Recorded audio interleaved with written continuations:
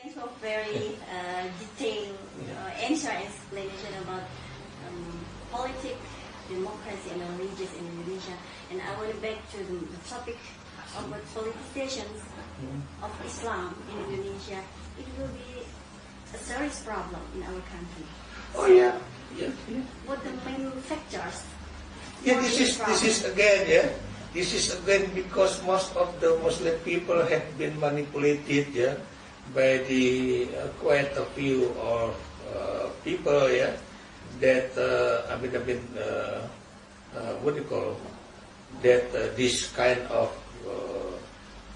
supposed to be leader is a Muslim or will will develop the country or will be blah blah blah blah So they close their eyes what kind of leader he is or what kind of leader she is or for example whether he is from the Muslim families or maybe in the family he is the only person who become a Muslim. I don't want to mention the name, exactly. But you know what I mean, the people have been manipulated, and he always show to the people that I'm an Islamic defender. I will fight, for the Islamic society, for the prosperity of the Islamic people or something like that, Even though if you look at the history of himself, the historical life of himself, you can see, you can read and you can, you can you can see whether it is true or not, Sometimes people, I do not want to be to use the very very they close their eyes, they close their ears,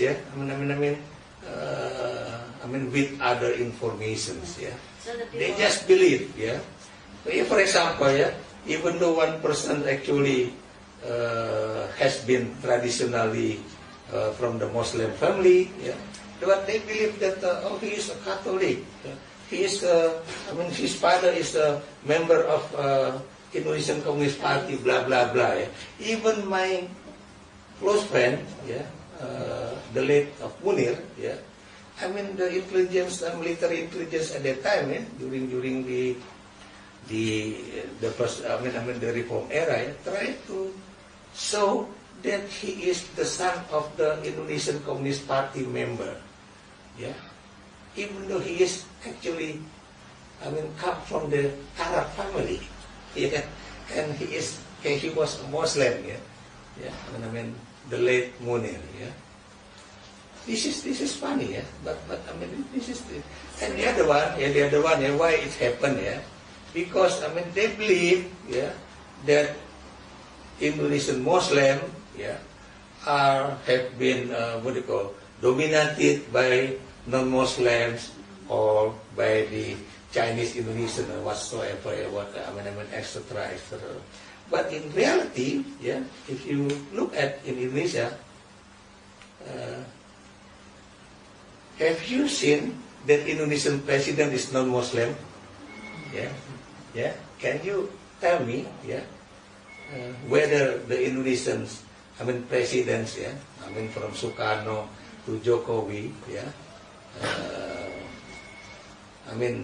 maybe one or two of them have been, non-Muslim presidents?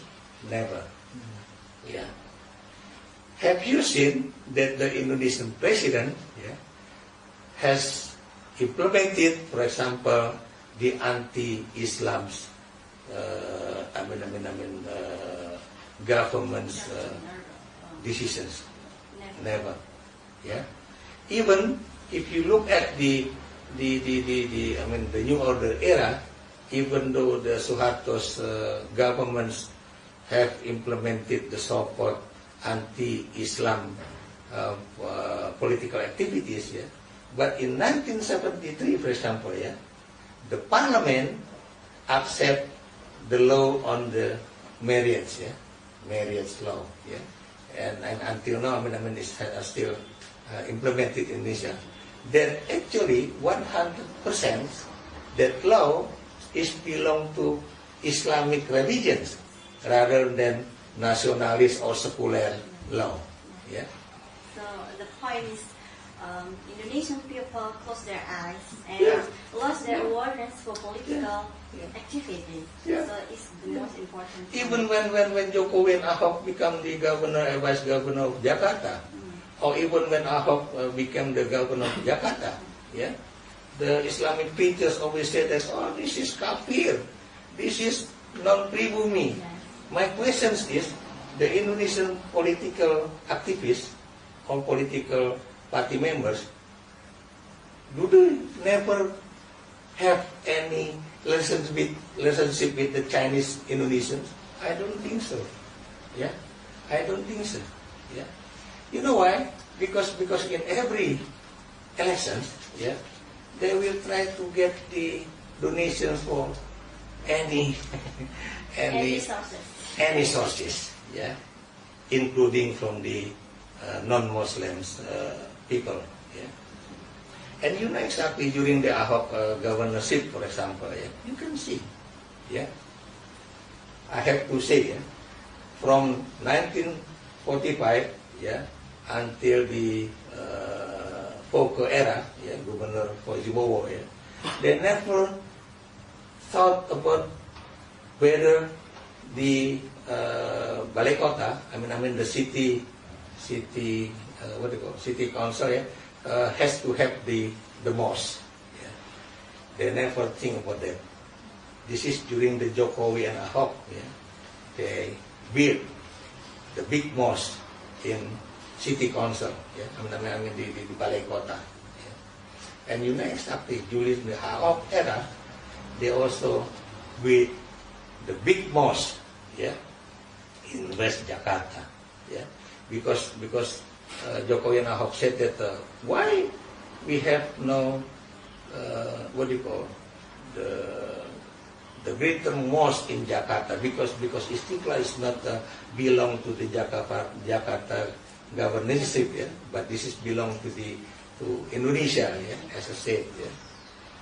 And you can see, yeah, actually, I mean even a Christian leader, yeah, in area where the Muslim become the majority, I do believe that he will think about how to make the Islamic people prosperous, not to the Christians or Hindus or maybe I mean any other religious society or something like that. Yeah, because why? Because you know exactly that if you do something, yeah, in contrary to the majority people, your political legitimacy will be gone away. You will have no political legitimacy at all. That's why all of the leaders try to believe that to get the legitimacy from the people, of course, they will make a decisions in accordance to the majority of the people's interest. What I mean, the Muslim people.